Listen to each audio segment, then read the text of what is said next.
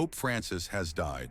As the world reacts, some with sorrow, others with unease, many recall a chilling prophecy said to have been hidden for centuries in the Vatican, the prophecy of Saint Malachy. This 12th century Irish monk reportedly had a vision while in Rome, seeing a procession of popes stretching through time.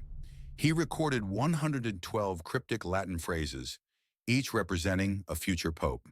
The final entry was ominous, about Peter the Roman, the last pope, who would guide the church through tribulations before judgment would fall.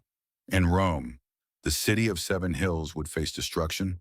According to those who believe in the prophecy, Pope Francis was the 112th pope listed, the last in the line starting from Celestine II. While his birth name wasn't Peter, and he was born in Argentina, his parents were Italian immigrants from Piedmont, linking him by heritage to Rome. Additionally, the saint whose name he adopted, Saint Francis of Assisi, was born Giovanni di Pietro di Bernardone, literally son of Peter. Francis's papacy was defined not by peace but by challenges. He endured illness from a young age, including the removal of part of a lung, yet through suffering he found purpose. As pope, he faced fierce criticism for being the first non-European, the first Jesuit, and for his reformist views.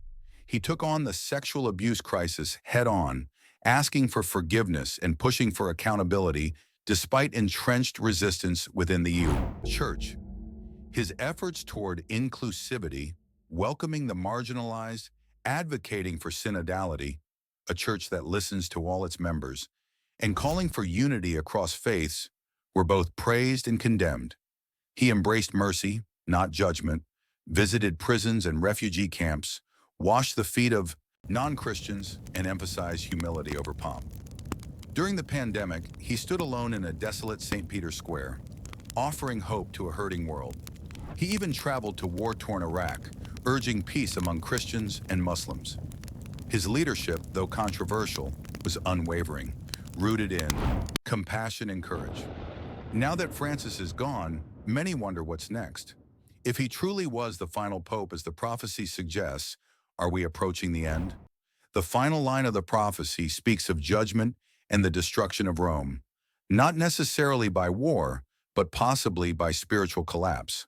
Some fear the next leader might not be a true pope, but the deceiver foretold in Revelation, the false prophet who prepares the way for the Antichrist.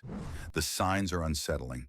Scripture aligns with these predictions: wars, famines, diseases, and global instability. What once seemed like symbolic warnings now feel real. As uncertainty grows, one question remains. If Francis was the last true shepherd, who or what comes next?